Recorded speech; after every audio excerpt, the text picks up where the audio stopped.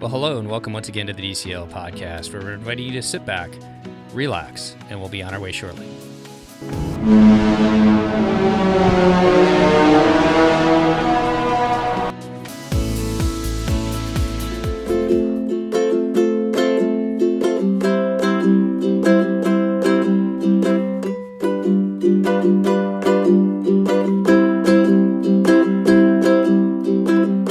Back to the DCL podcast, your podcast to help you and your family cruise a little smarter when the ships start sailing. But we are turning away from Disney Cruise Line. We're going to head across the Pacific and on to beautiful Aulani on the island of Oahu. But before we do that, we got to bring in all of our co-hosts. I'm looking at him on the screen. You guys can't see him. Christy's laughing at me, and Chris is going, what is he talking about? I don't even know. He's waiting for my dad joke. But welcome back to the show, Christy from Florida and Chris all the way down in LA. How are you guys doing? Doing great, Steve. And actually, before we started recording, we should have talked about this because you're not the host today. You are a guest on this show. And we are here to interview you and Wake about your experience at Aulani. So frankly, I should have, or Christy should have done the intro so that you could have the full guest experience where you get to be like, you know, this is our life and this is what we decided to do. But, you know, shoulda, coulda, woulda. I'm ready for your dad joke whenever you're ready. How you doing today, Christy? Hi. That was so much to unpack. I'm well. How are you, Steve? Not too bad. I'd like to welcome back to the show my beautiful wife who traveled with me. How you doing today, Anna Wake? Very well. She's cracking Actually, she traveled ahead of you. I did. She did. Ahead of me. Yeah, an independent lady. We have a weird airline family travel schedule. Yeah, but before we jump into today's episode, we want to give a shout out that the 2022 sailings were released about a week ago with Disney Cruise Line. A lot of people are pretty excited about them and have been booking. As we've talked about, if you don't have a travel agent and you need one, you can always reach out to Christy over at packyourpixiedust.com. She's been actually booking a lot of guests from our show, and we really do appreciate each and every one of you who've done that, because a portion of that booking will eventually go back to support the show. And if you want to tell everybody a little bit about how they can get a hold of you, Christy, and just kind of what your travel company does for us. My email address is in the show notes on every episode. You can find it at packyourpixiedust.com. But as you know, you can find me all over the interwebs at packyourpixiedust. So reach out. I just want to say thank you to all of those that have used my services for either repeat bookings for 2022, or we've received a bunch of new clients. It just means so much to us and so much to the show. And I'm so grateful for those people who have reached out and asked for my assistance to getting your cruises booked. So you are still paying Disney Cruise Line. So people that want to know how it works, you still pay Disney Cruise Line, but we enter your payment information. You can still make your onboard activities. You can still load your cruise booking on your cruise app. Nothing like that changes. It just, we go in and make the payment for you and have to pick your cabin. I get up, at 5:45 during the release weeks to make sure that everybody can get their booking as soon as it's released, as soon as the website works. Last week was an interesting week from website challenge issues, but just want to say thank you for all of those who did go ahead and book. So I want to make one more comment. We have a lot of listeners and a lot of support, and lots of people are coming out of the woodwork. So we just want to say thank you for that. We are trying to get some really, big name guests, new guests. We're really working hard to get huge name guests. Walt Disney himself. Gonna have a seance. We're working on it. But a guest that people would like, but we need more downloads of our episodes, and that's just going to happen in time. So feel free, please, to share. But we also need a larger presence in the social media world, because for whatever reason, that's important to these companies. So if you aren't already following us on Instagram or on Facebook at DCL Podcast, if you could please do that. On Instagram, we are DCL_podcast. Just a quick little follow. We try not to overly put stuff out there, and hopefully the stuff that we do place online is informative, but we would appreciate it because it helps us to look like we're, as big as we are. Well said. No, we've got a couple guests that I think we can get on. We just need a little bit bigger presence, as you said. And that's something that we really haven't done. We just let it do organically. We've never really asked this before. But if you haven't liked us on Facebook and you're using Instagram or Facebook, it would really help us to pop those numbers up, and maybe leave an iTunes review as well. So that kind of helps us build our audience, and also build the credibility to bring some pretty big guests on that I think that you guys would love to hear. All right. So with that, let's jump into the show. And Chris, I'll turn it over to you since you read my napkin. Sure did. But first, I have a question for you. Have you heard about the restaurant that caters exclusively to dolphins?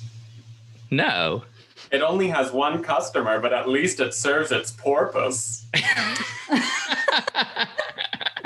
Thank you. That's funny. I like Little that. dad joke for you. Chris, why didn't the passengers receive flowers when their plane landed in Hawaii? I don't know. They should have. Their flight was delayed. Oh, no. Oh, goodness. That was a good one, Steve. All right, Nathan, you've got your jokes.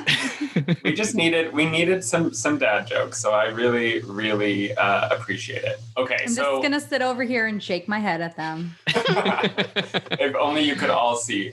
So Steve and Wake and the kids went to Aulani last week. So can you tell us a little bit first just about how this trip came to be planned? I know you own DVC there, but I'm curious sort of what caused you to choose this. Was it spring break? Things like that.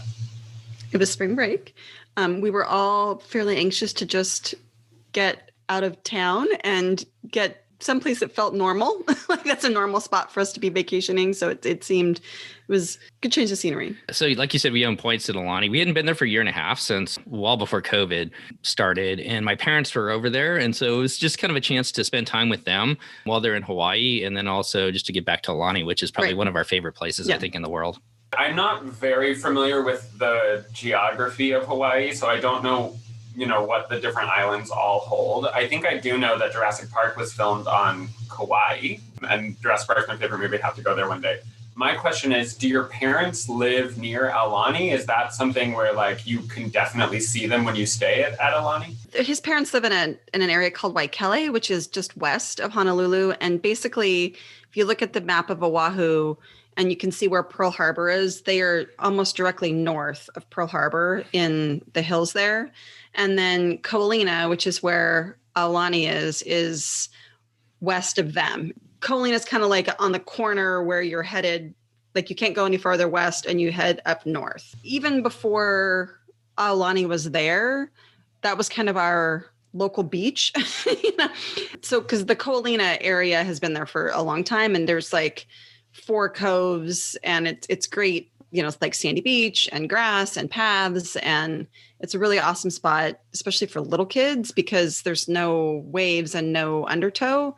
So it's the ocean, but it's not, it's kind of like a big pool. Yeah, it is. It's beautiful. It's well manicured and really clean. It's gorgeous. So it was probably one of our favorite places to go in Hawaii before Aulani was built. Isn't the Four Seasons right there as well? Yeah. Right. And I've only ever heard that the Four Seasons in Ko'olina is like maybe one of the most beautiful resorts. So the fact that Disney built next to it, I feel like makes sense. But so it wasn't a Four Seasons when Disney built. It was a Sheraton. Marriott. Marriott. Yeah, you're right. Marriott. Yeah. So, and then I think it was closed for a while. Was it? Well, they closed it when they redid it as a Four Seasons. Yeah. Yeah. But it is very nice. And bigger than I thought. We actually kind of walked around it on this trip, and it's like, wow, it's way bigger than the view from Aulani. It's a pretty big hotel. When you stay at Aulani, do your parents stay there as well, or do they just stay at their house? So usually, yes. This is the first. Yeah, yes. This is the first time we usually book them like 2 nights every year with our points so that they can spend some time out there. And this is the first time we actually stayed together. So we got a 1-bedroom, and then they had a studio, and it was attached. So it was kind of cool. It could open up. So we were there for 4 nights, and then they were there for 2. So did you book it as a 2-bedroom lockoff? Well, we booked them separate because it was cheaper to do a 1-bedroom and a studio than it was as a 2-bedroom. Right. But Disney won't usually connect. So I'm actually shocked. That's why I was curious. I'm shocked that they did that. That's fantastic. Yeah, I think it might be because it wasn't very full. Yeah. Yeah. And matter of fact, I think they moved their, did you call a couple days ahead of time? I can't remember. Did we ask them when they got there? I think we asked them when they got there, and the room next to us was empty. And so they just put them in that one. Sweet. Yeah. That's fantastic. Yeah. And we always stay in the same room anyway. So, that's a whole nother story, but not on purpose. Wait. A whole nother story? You don't do that on purpose? No. Well, we stay in the exact same room, right? We've been in 663 and 667, like almost every time. Always. Yeah. It's crazy. It's kind of weird. Yeah. Wait, so I don't know, Steve, we can cut this out if you don't like talking about this, but what is the makeup of your DVC points? Like, do you own most of your points at Aulani, and then, is that sort of like your main home resort, or how do you break up your DVC ownership? Yeah, so most of our points are at Aulani. We've got 2 contracts there, and then we have a very small contract at Copper Creek, which we got just to be able to do the Run Disney Marathon weekend. I don't think to be completely honest, I don't think we would have bought into DVC if it wasn't for Aulani, which is completely different than most people. And it really has to do with just our love for going to Hawaii, the Ko'olina area, and just the resort itself. I mean, it's amazing. We stayed there the first 6 months it was built. Yeah, it opened in November and we stayed there in February. Yeah, and just kind of fell in love with it then. We should have bought our points then because they screwed up the point system, and that's another story. But we ended up buying probably about 2 years later, and so we're kind of a weird DVC family in the sense that like we love our DVC, but it's away from most of the time. It's not normal. Yeah. It's not normal. Yeah. Yeah, I mean, I feel like you are an example of the type of people who probably should buy at Aulani, because I think there are probably some Disney World fans who bought at Aulani and maybe don't stay at Aulani as often as they would rather stay on Disney World property. And the challenge there is that you can only book or reserve your rooms at Disney World, 6 months in advance? So 7 months in advance. Okay, so that I could see that being like one of the reasons why to this day you can still buy at Aulani, because they did not sell out that property, right? Right. And it may never sell out just because, as you said, I mean, it's for all those points that you said. It's niche. Yeah. But you're the right niche. You're there. Yes. Well, and actually, so when we bought the second set of points there, we went on a little tour at Aulani, and the sales gal was like, we're not sure what pitch to give you, because we told them that we have grandparents that live like 10 minutes up the road, and that really we were just looking for like a couple of nights, like we're not really the normal people that come from the mainland that want to buy, like we want to be here for a whole week for our vacation. We were like, yeah, we just need a couple of nights because we're going to stay at the condo and then we want to come swim. So she was like, I don't really know. Like she's like, we have lots of local families that will, like, each set of the family buys 50 points and then they pool them all together and then they all come and stay for like Christmas Eve, and they, do a big family gathering with all of their points. But it was sort of interesting that she's like, I don't know how to sell you this. And we're like, well, you don't really have to, because we're going to buy it anyway. It doesn't matter what you tell us. I do feel like when Seth and I finally are in a place where we could afford DVC, it will be an easy sell for them, because we don't really need that. We know so much about it already. And also we go to those presentations on the cruise just to get whatever random thing they're giving away, or we go to the presentations at Disney World just to like get whatever random thing they're giving away. We're that group of people. So I feel like we've been through the DVC presentation now probably like 5 times. So we're like, whenever we decide we do want to buy DVC, we'll probably be like, okay, we know exactly what we want and we don't need you to really sell to us. I want to backtrack because we now know why you went to Aulani and all of that for spring break, and you love it. But I don't really know how you got there, because I know Hawaii has some restrictions, right? You have to have a COVID test to be able to go to the islands. Can you explain a little bit what that process was like, bringing your whole family from the mainland over to Hawaii? They swam. They were very tired. Totally. Yeah. Alex is a good swimmer. Yeah, so it's actually pretty easy. You just go to travelhawaii.gov, and they've got all the information there. So you'll set up an account with them, and then through that website, they give you you can't just get a test anywhere. They have Hawaii trusted partners. Hawaii trusted partners places. Yeah, throughout the U.S. And so then you're going to go 72 hours prior to your flight. Or no more than 72. Yeah, no more than 72 hours prior to your flight. You have to have a negative COVID test. And they're not rapid. They're like 24 hours. It was rapid. Tests. Oh, yeah. Okay. We made an appointment, went and had the test, and we sat there and waited for the results. And they gave you your results. They gave us a printed one, and then they also sent an email.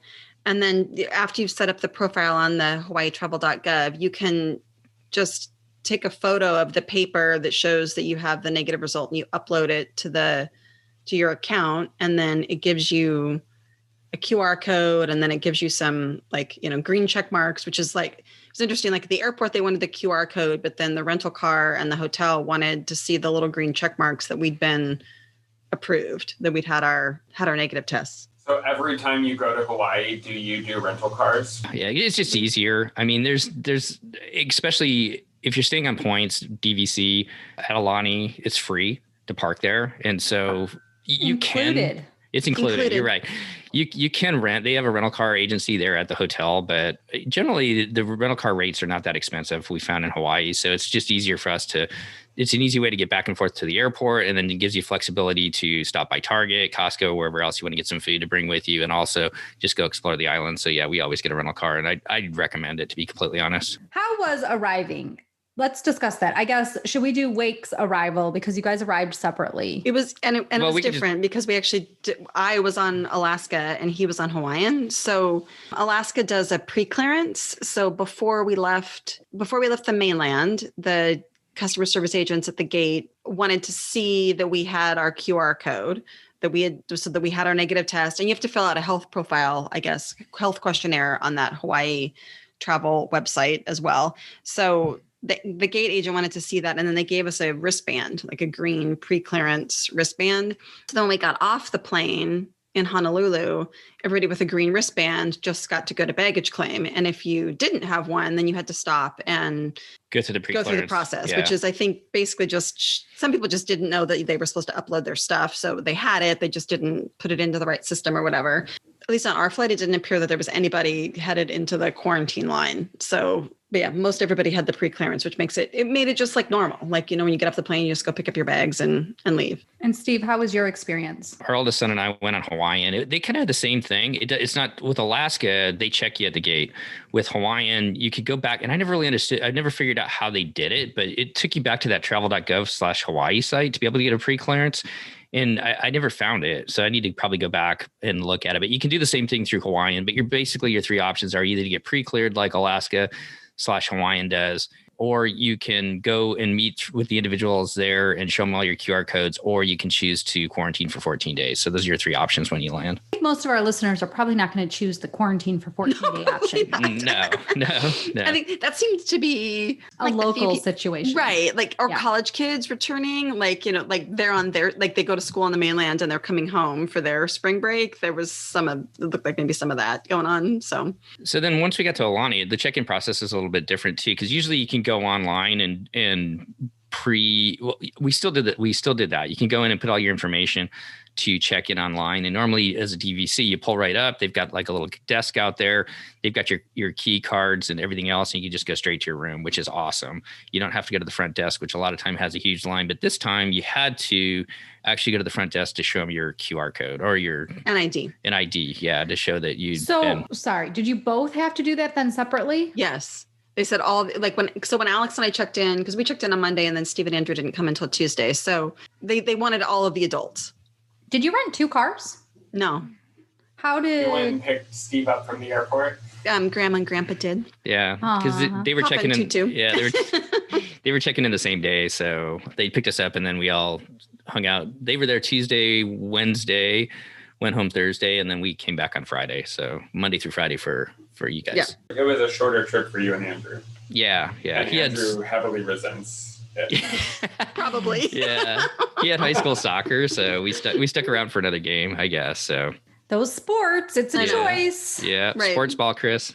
Normally we don't have spring. Your kids love the sports. Let's talk about some of the differences at the resorts. And we have some clients, we have some podcast clients that are going in, some are going in April, some are going in June. So assuming things are as they are now, what are some differences that were occurring at the resort from previous times? I don't want to get too heavy into this, but I don't want to go down the road of talking about masks because we all have our different opinions on masks, but I'll just tell you what we experienced. So you're required to wear masks while you're inside the hotel. Now, not everybody did at times as they were kind of going back and forth to the pool. Around I feel like inside the building, everybody had one on. Yeah, inside the building, generally everybody had one on. When you went to eat, you were supposed to have it on until you sat down as well. Around the pool area, it was probably a third of the people would wear masks as they were moving, between their seats or going to get food or something like that. But I would say the majority of people, obviously in the pool, on the slides and everything else, they didn't have masks on. And I would say probably the majority of the people moving around the pool did not have masks on also. And that was also down at the beach. And the only reason why I bring this up is if you haven't been around a large group of people, if you've been pretty locked in, it may make you feel very uncomfortable. So it was, I mean, when we first got there, it was fairly unsettling. I was like, oh my goodness, this is craziness. And then, kind of stopped and thought about it and realized that everybody at Aulani, or, the vast majority of the people at Aulani are tourists. So we all had a negative test to come over.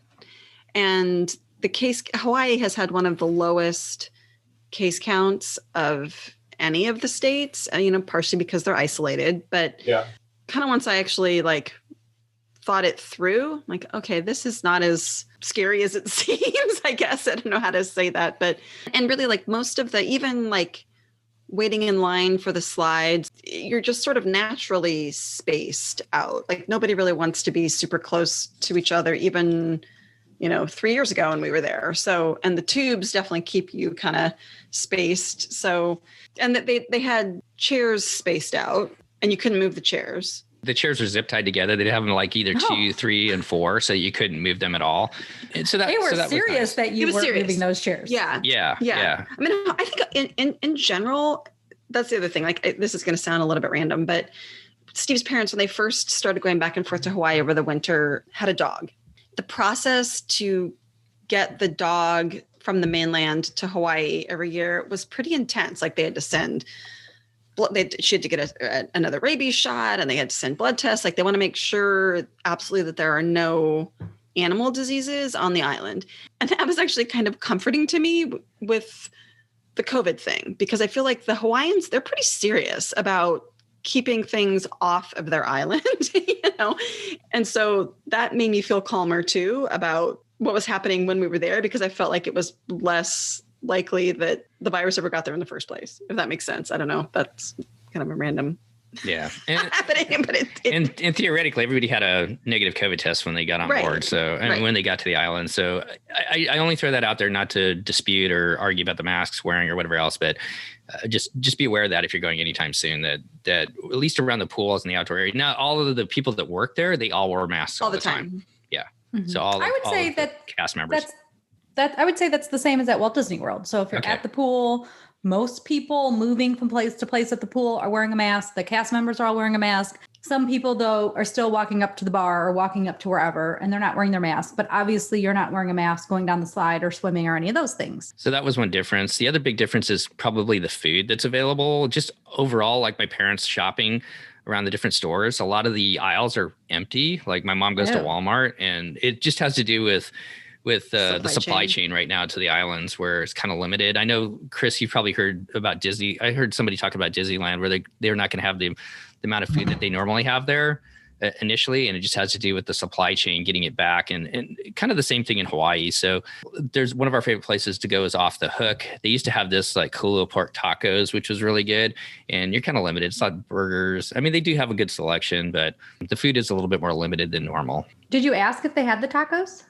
Yes, we did. Yeah, they don't. Because sometimes there's a hidden menu. Okay. Right. Well, I will say that one of the things that was not on the menu that used to be on the menu was a mango sangria that I love to have by the pool. And we were talking about it, and our server came up and she was like, "Oh, we can make that for you." I was like, "Oh my God," I almost cried. I was so happy. Yeah. I was really? Thank you. I will have a carafe of it. I will have that. I think that one of the things, I agree that it's probably somewhat about a supply chain, Steve, or maybe a lot of it, but at Disneyland especially, their capacity is going to be so much lower than they're used to, that I think another big part of it is we don't want to make all of the food offerings available that are typically available, because we don't know who's going to buy what, and we may be wasting food if we just have every restaurant open and we're cooking every single thing we can. Right. So that's interesting. I also think the Touch of Disney event, I don't know if you've been reading up on how that's been going, but when they make these limited food offerings available, I think they're sort of causing crowds and lines and things like that, because people are I got to get this thing, or I want this thing. And so it'll be interesting watching them find their groove, because I don't think it's going to be as simple as we're going to get it right on the first try. I think it's going to be we have some foods available and then we're going to realize we need to cut some of these and add others because of what the demand looks like. Well, and some of the issue too that I've been hearing is that in their kitchens, right, they need to keep their employees socially distanced from each other. There's certain things that they would either need more people to make or that they would like have to be too close together. And so they have to work with their kitchen to make sure that they're not putting their employees at risk. So Makahiki, which is the main buffet restaurant, they are only serving dinner. We had reservations, we didn't end up going, but I've heard from Kristen, the concierge, she was over there in January, said it's amazing, way better than it normally is. So that's kind of really your main restaurant style dining that's available. It's only open for dinner. And then the Ulu Cafe, which is their quick service, is open. That always has really good food. Price wise, you're talking $10 to $20 for an entree per person. A lot of times $20. So kind of factor in what it's going to cost you. And then Off the Hook is kind of their bar / restaurant that's by the pool. Yeah. And they always have really good food there. So right now there is no sit down breakfast or lunch, correct? Correct. No, other than Off the Hook, which is the bar. But I don't think they do breakfast. They do lunch. They do lunch. Yeah. But I'm not sorry. breakfast. Yes. Could you be, besides at the pool, your chaise lounge chair, could you be served lunch at Off the Hook? Yes. Okay. The other thing that they don't have, they have those resort mugs, the refillable ones, and they're not using those right now either. So and no water stations. There is usually like water, self-serve water all around the pool, and that wasn't there. The other thing about Makahiki too is you're going to want to get reservations for it. It filled up every single night. Yeah. And they say that we'll just talk about the app real quick. There is an app for Aulani.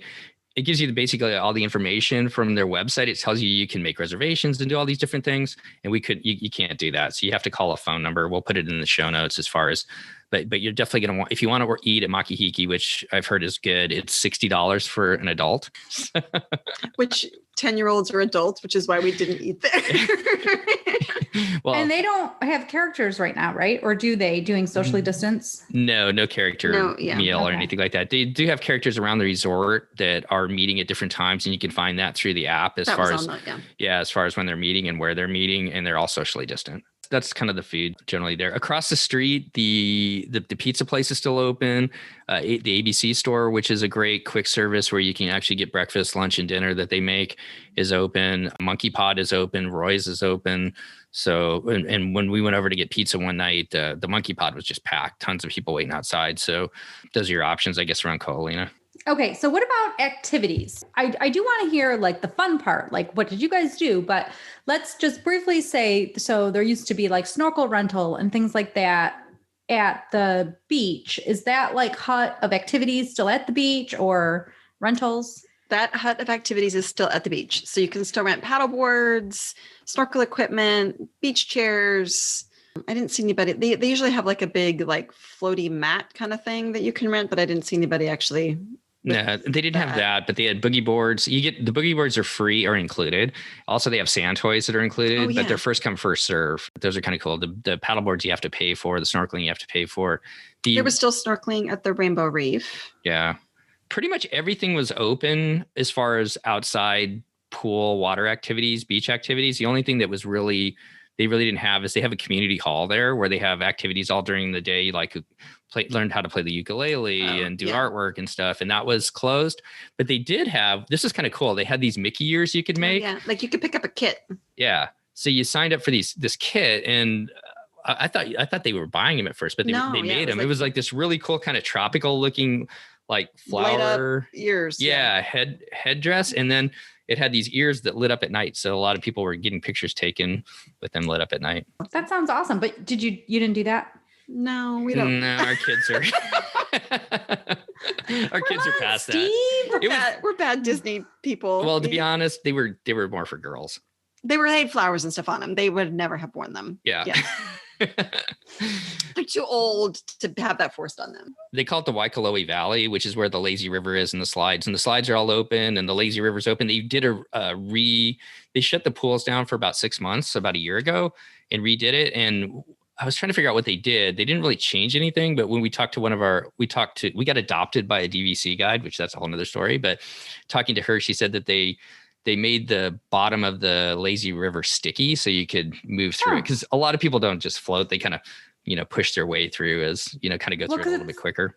The laziest river on the planet, right? It's super slow. Well, but they did. Oh, we do think they've speeded it. Yeah. They must have, increased the jets. Yeah. So that you kind of go through it a little bit faster, but I like to float. I don't really want to move around. And I also don't really want to, there's like spots where there's waterfalls and shooting water. And I really don't want that on me either, but I have boys. So I get hit a lot. I get that. Yeah. So all the big activities are open. Right. The luau was not, but we've done that before. But it's opening soon. Yes, like in a week or so, right? This week, actually. This week. Okay. Yeah. Yeah. So people that want to go to luau, one of our clients, they actually booked it. They're very excited. I think actually 2 of them did. What about Auntie's Beach House? Oh, that's a good point. Not open at all. Not at all. Nothing. It's like dark. Auntie's on vacation. Auntie's on vacation, yeah. And Uncle also too. The Uncle of the fire pit stories, which I thought that I'd heard he was doing it, but he wasn't doing it at all while we were there. Sort of rainy and windy. So, I mean, not the whole time, but periodically. So I wondered about that. Like they have a catamaran that's out in the cove that kind of goes out and does a little tour. And that didn't happen while we were there, but that was weather, not COVID. Yeah. So is that like all the business stuff? Would you say, have we covered like the business aspect of Aulani? I think so. I think the only other thing I'd say is just weather in general. I mean, this is nothing set in stone. Obviously your results may vary, but in general, if you're going in spring break in the, anywhere from like the January to May timeframe, it's kind of the rainy season over there. So it's really hit or miss. I mean, for us on the West Coast who can pop over there, a lot of the families that we know spend, like at least a week or so in Hawaii every year. And if you're doing that, it's not that big a deal to go at this time of year. But if this is going to be a once in a lifetime vacation for you coming from the East Coast, flying all the way, if you want to maximize your chances for the best weather, I would say summer, which actually is busier than you think. I always thought Hawaii would be slower in the summer, but tons of people go to Hawaii in the summer. And then on into the fall, I think the best time we've been there, especially at Aulani, was in October. End of October. Yeah. Our kids had a school break and we went over for just a few days and it was least crowded. Great. Yeah. September can be hot, but June through December, I would say is probably your best weather bet. Yeah. Like we had 3 days of rain while we were there. It wasn't too bad this time. And not constant. But if you really want that quintessential blue skies and puffy clouds the whole time you're there, the summer through sometime in early December is probably your best time to go. Because we did spend one week there where it rained the entire time. And if this is your once in a lifetime vacation, just kind of think about that, I guess. So it was, we still talk about it. I was pregnant with Andrew, so 15 years ago, and it literally rained. It poured all day, every day. Oh, and we were with another family, good friends, and their kids at the time were 5 and 7. And we would every morning, lather the kids up with sunscreen and head out to go find the beach that was sunny. And we would sit and eat peanut butter sandwiches in the car and watch it rain. It was, that sounds hard. It was also one of those trips that we still talk about it and we still laugh about it and we all remember exactly what it was. And so it was, memorable. Right. Sometimes the travel memories are the stuff that happens when you're not doing what you planned on doing. You mentioned memorable moments. Let's talk about the memorable moments from your spring break trip this past week. What did you guys what were some highlights? So a couple of summers ago, I went over to Hawaii with Andrew, our oldest, for him to get scuba certified. And since then, Alex has been dying to be old enough to do it too. And we found through the Aulani website, clicked on things to do on Oahu, and then the Ko-Olina Marina. I was just sort of snooping around and found that there's a dive shop in Ko-Olina that does intro to scuba classes with kids who are 10 and older. And that's so just right down the street, right down the street. Cove. And actually the guy told us we booked a 2:00 class and we literally ran down there after we checked in. And then the guy told us that we could have just called him and he would have just brought the stuff to us. We were like, oh, that would have been nice. So keep that in mind. But it was scuba gear with an instructor, super great with Alex. We both feel like they bring all the gear, they get you all hooked up. You walk out into the cove. We kind of scuba it around for a bit. He had Alex do some skills just to make sure that he could do it. And it was really cool. And he absolutely loved it. So, and he's planning a trip to go get certified. Yeah, we're heading back in June for him to get certified. So July, but yeah. July, sorry. What is the age to get, I guess it's 10, but is it 10? What is the age to get certified? So we thought it was 12. This shop and then the instructor that we had both, I think it might be kind of a instructor's discretion type thing. So I think because he did so well on the intro thing, the instructor was like, oh yeah, you could totally handle it. And he's a swimmer and he's a rule follower and, you know, all that kind of stuff. So, I mean, I think that's and he's strong enough to carry the gear. Like, I think there's, I think there's a couple of issues with kids under probably about 13. Like they just have to, it depends on the kid. I mean, the tank is like what, 50 pounds or something. My child is barely 50 pounds. Totally. So the tank would be as big as he is. Yeah. So I mean, and then, I mean, and actually like with the whole certification process, like there's actually some math that you kind of have to do so they have to be old enough to have passed that part of math, learned it. So yeah, no, I think. Which is hilarious because when I dive, I don't do any of that, right? Like I'm always with people and they do all the dive computer stuff. And I just like show up, look pretty and say thanks and jump in the water. Totally. Yeah. So did you dive as well? Sorry, Steve. I did because I wasn't sure that they would let him go by himself. And also, so I guess the other part of the Andrew getting certified story was that I was supposed to go too. And I think I had an ear infection at first, had some vertigo, and then we went back again and tried, and I had some boat issues because the weather was bad. And so you were overdue. You wanted to dive. I was feeling some anxiety. And so I kind of wanted to do it just to make sure that I still could. And so I didn't ever actually finish the certification process, but this shop is maybe going to let me figure out how to do that. We're all going to do it in July. Yay. Is Andrew certified then? Yeah. And so Steve, yeah. And Steve, but you aren't yet. No, not yet. Slowly but surely. My brother actually went and got certified like 20 years after we did it. So we did it in college together and then he never finished his last 2 cert dives and I did it on some cruise somewhere. So then he actually went, 20 years or 25 years or something after he started to finish his. Because they told me originally that I had just a year to finish. And then I told the gal, I'm like, well, so I was supposed to come last May, but obviously COVID. That didn't happen. She's like, oh yeah, it's fine. We'll make it work. To be honest, that's kind of the reason why we wanted to do it, because on all the cruises you go on, except for maybe Europe, they have dive opportunities. And I think that's something that we want to try and incorporate on some of like our future cruises and stuff. You can even dive up in Alaska, which I think that'd be really cool. Yeah, that would be so cool. It would be cold, but it would be cool. Yeah. The Mediterranean, by the way, I did dive there once because I was like, I'm here. I might as well. Yeah.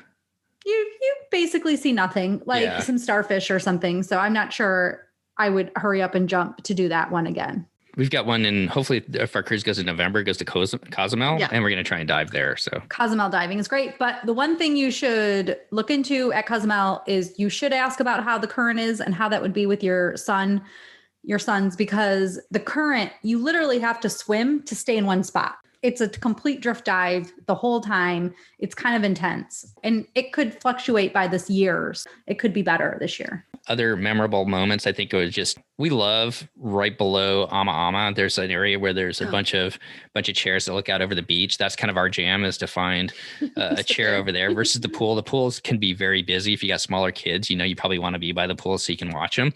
Just sitting there watching the waves come in and being that, I think that's our place.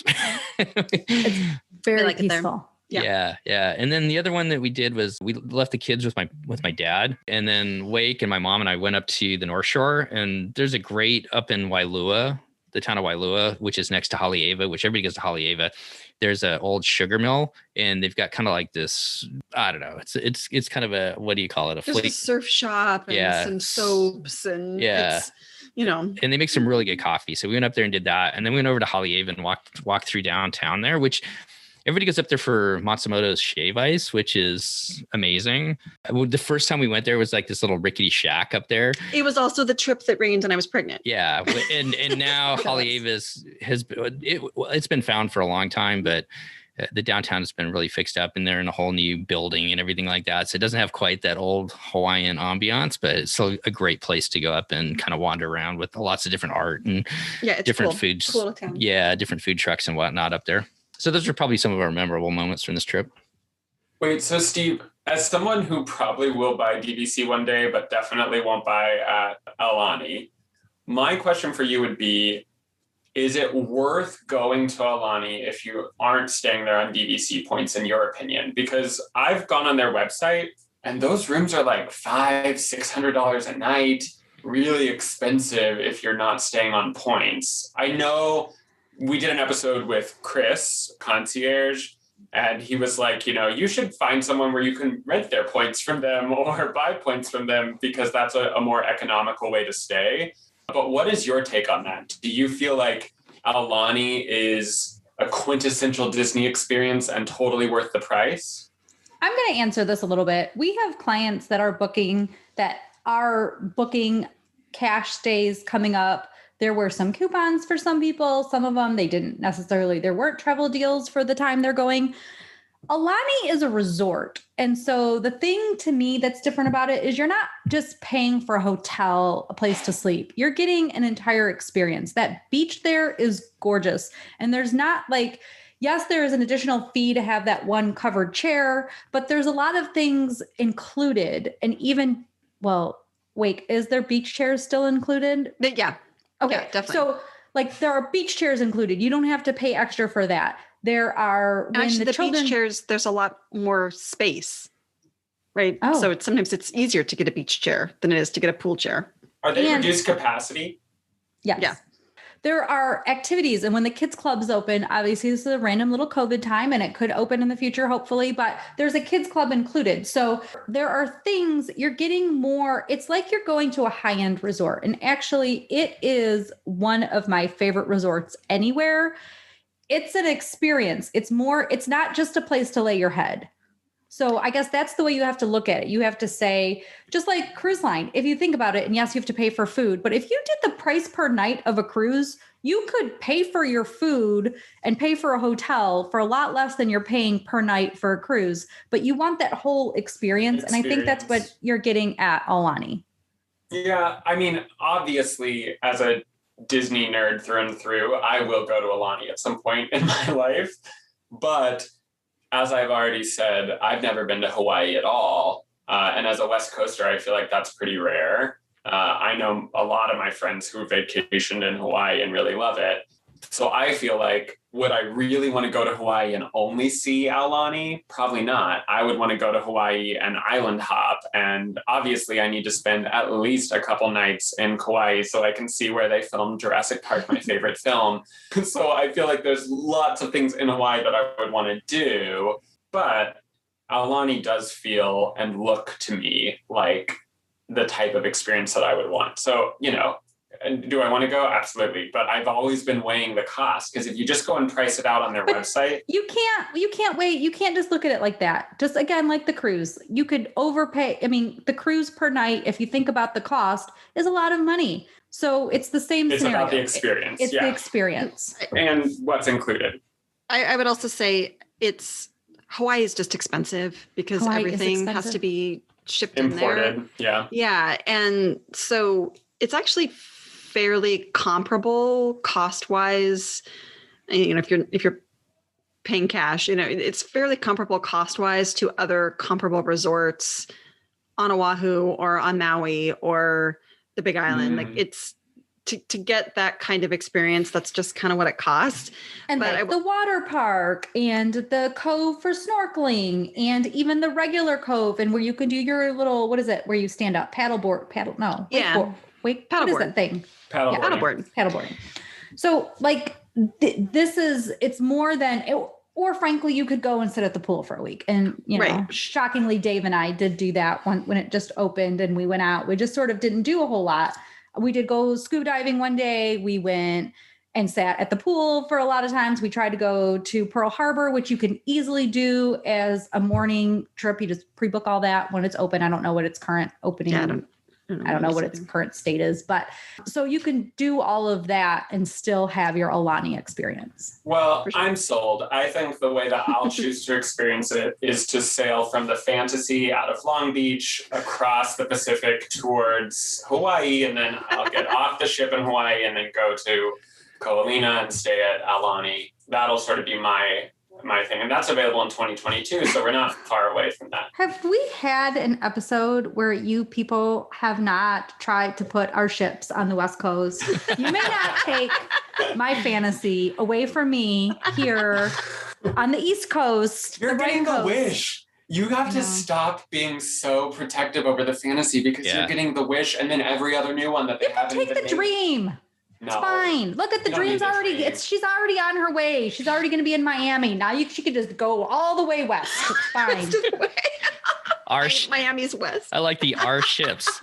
Our ships. You hear that, Chris? Our ships. Yeah. The Fantasy has Minnie Mouse in the lobby, so we will be taking that, and you can keep Donald and the Dream. I want the Fantasy. Minnie Mouse. Hello. It is the ship I've cruised the most too. Thank you very much. So I actually love the Fantasy, so we're gonna have to fight on this one. Can I circle back to your question, Chris? I guess to answer your question too. A couple things that you can do to kind of save off the cost is rent points. That will definitely save you money to an extent. There are risks though. So yes, you can save money at it, but there are risks. The person who you're renting from can change it. If there was an emergency, you can't necessarily get a refund. You need to analyze and make sure that is right for your family. Right. All those reasons right there. The other one you can do, as Christy can attest to, a lot of times they run specials throughout the year where they have anywhere from 20, 30, 40% off, depending upon how long you stay and whatnot. So those are a couple different things. But I will say that staying at all the different resorts that we've stayed at through Hawaii, down in Mexico, we were talking about it while we were there, the Four Seasons, we went and walked around there. That was a really nice property. There is nothing like Aulani as far as the attention to detail, the quality of the rooms, the amenities that you get. I mean, Auntie's Beach House is free. I mean, it's included. You don't have to pay anything extra. Yeah. They do have some extra activities that cost money, which are super cool that your kids may want to do. But that is part of the resort. Like the luau. Well, no, I'm talking about in Auntie's Beach House. So Auntie's Beach House is like the kids club. Kids club. Yeah. Right. But then you're saying, Steve, that if you want your kids to be able to do certain things in the kids club, you have to pay extra. Just like at Walt Disney World, they'll sometimes have activities at the pool where if you're going to tie dye something, you have to pay for that. Or if you're going to paint this thing, you have to pay for that, or make a necklace. But you could go to programming all day without paying. Right. Yeah. And they do a really good job about it too, where the kids that are doing the extra activity, they bring them in another room so the kids that aren't doing it don't see it. And so which is perfect to not torture the people who don't want to pay extra money for stuff, which leads me into thinking of Amber and I, because we're going to do a future show where we're going to talk about what's included at this Disney Cruise Line. But listener Amber did come on and join us for episode 149 and 150, where we talked about Aulani itself. And then 150 was about what to do around Oahu in general and hikes and things like that you can do. And she talked about some of the more included or less expensive activities as well on the island and at the resort. And so those might be good episodes to listen to if you are going to do a trip. And then we also have a bonus episode. So if you would like to listen to it, you literally have to Google DCL podcast bonus episode Aulani, and then you'll see our episode that we put up that from Chris from Concierge's trip report from his stay in Aulani in, I believe, December. Yeah, he was there over New Year's. So all great resources if you're on one of your upcoming trips going to Aulani. So I guess that's pretty much it as we finish up here today. Do you guys have any other questions about, I will say this. I mean, there's so many different things. We could just talk forever. There's the Parker Ranch, which is on Oahu, and some of the Jurassic Park stuff was filmed there.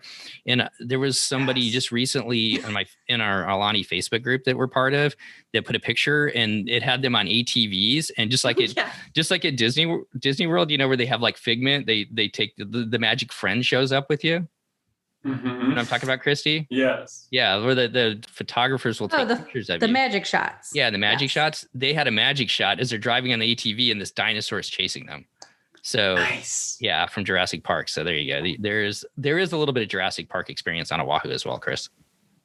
I mean, I've been sold basically since the start of this interview. I want to go there. It's just a matter of timing it. I don't know when in my life, especially with kids. I feel like you want to have your kids at a certain age to be able to like really maximize the, out of curiosity, do they have a nursery for infants?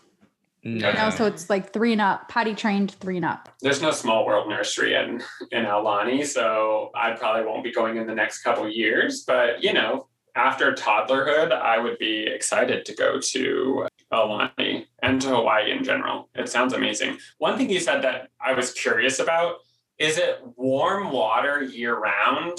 You said October was a good time to go. Is it like, I know that for crowds, that's a good time to go, but is it like a warm tropical experience at that time or not so much? I guess it depends, right? Yeah, the water in Hawaii never feels like the Caribbean where it gets really warm in the summer, but it's definitely warmer than the California coastline water, like down where you are, Chris, if that makes any sense.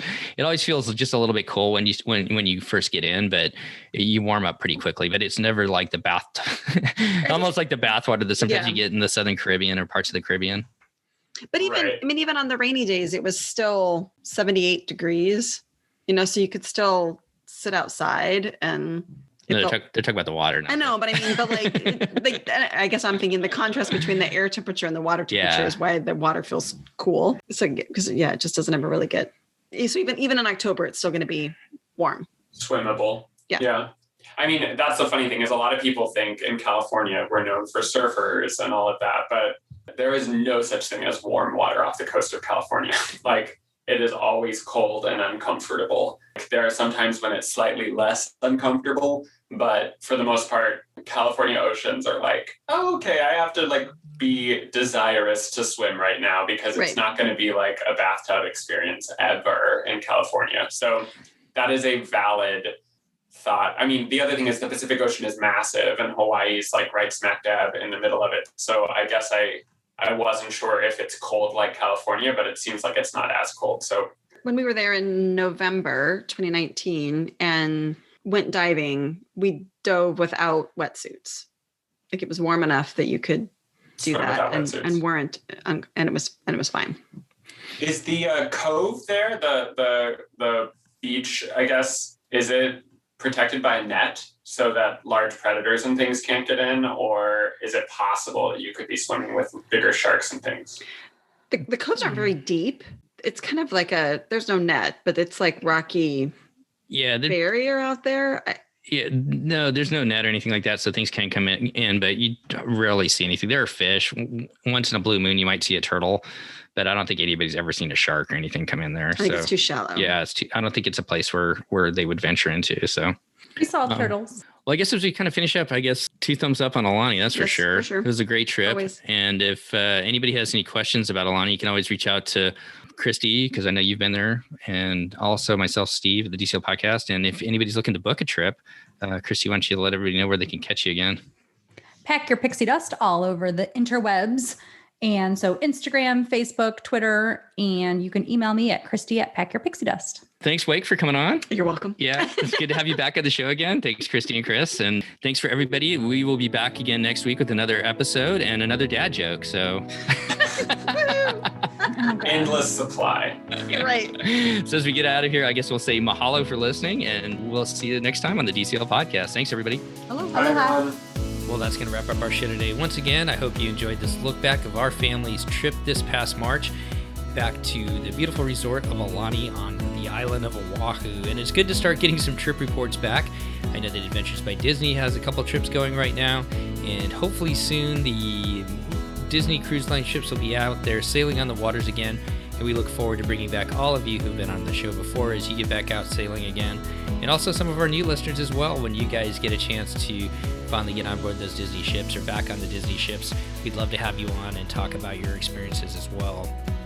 If you've enjoyed this show, we sure would appreciate it if you know somebody else who would enjoy it, if you'd pass it along to them. Also, if you have time, go over to iTunes and leave us a review. We always appreciate that. That helps us get our podcast known a little bit better in the cruising community, the Disney community, and just for new listeners to find us as well. If you would like to support our show, you can do so through 2 different ways. You can do it through our Patreon program. You go over to patreon.com/DCL podcast and find out all the information there. And also every trip that is booked through Christy over at packyourpixiedust.com, A portion of that goes to, well, it's not nothing that you pay. You still pay the exact same price that you would pay if you booked directly through Disney, but her travel agency gives us a little bit of a kickback as well, so that helps us support the show.